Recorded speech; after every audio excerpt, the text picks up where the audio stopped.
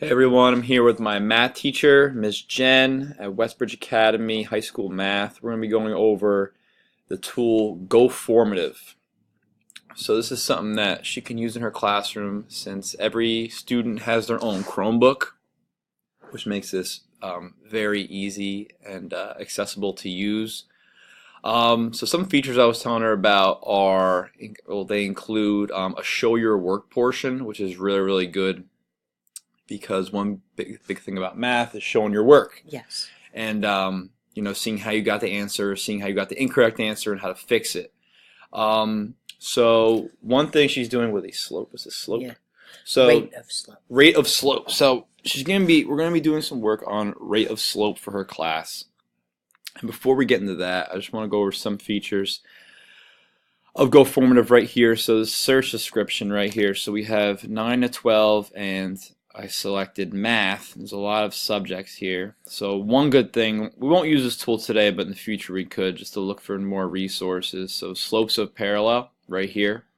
And this is one that she saw that could work really well. And it gives you a bunch of questions, and then they're all different point values. And I'll go over that in a bit, different point values and such, and different questions. But there are a lot of different types of subjects here. I'm sure you cover most of these, or at least like a lot of them. Yeah. Order of operation. Okay, so They know that. Yeah, and there's a lot of stuff on here. Yes. This website is very organized and put together. It's really good for assessment. It's like Okay. that's like a really good feature for it. So it'll be good for, like what we talked about for tests. Yes. Like I can teach it and then they can you can do make the test. Yeah, you can use a quiz on here. You can make classwork, homework, whatever. Like you really have a lot of control of what you can create in here and what it can be used for in here. So we're gonna go to some classwork. Well, a classwork / quiz that we're putting together. So high school math. All right, so we have one sample problem here that Jen wanted me to put in. I'll put another one in now. But one feature I was showing was the different types of questions. Yes. I mean, for math, show your work is really like that's, in my opinion, the most useful. Yes. But you get multiple choice, and they'll see that obviously. And true and false. True and false, to see if they were listening throughout the lesson. Yes. Like example, mix it up. Example, you could do, X, Y, Y1. Is this in the right order, true or false? To see if they're paying. It's quick. That's a good quick assessment one.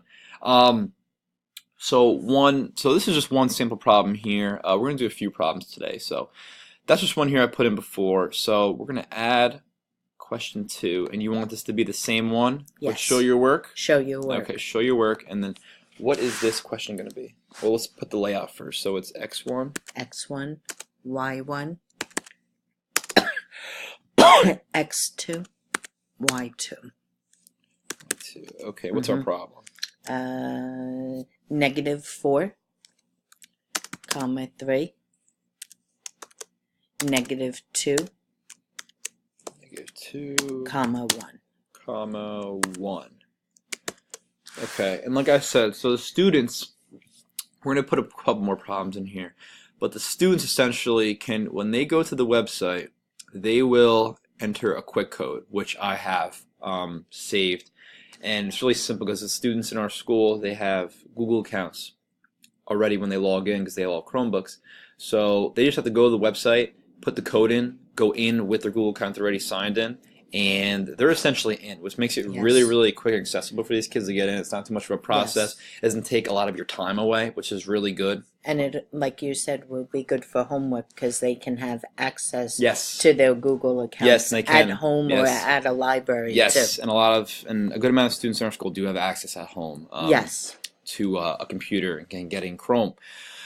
So essentially, we're going to do a couple problems here. Like here's an example of what the multiple choice problem could look like. We can change it to whatever we want to do. So essentially, we're going to put more problems in, and then we will follow up with the students doing their work and showing their work, essentially, which is the most important part. And then we'll review it, and then we'll go from there. Okay, thanks. Okay.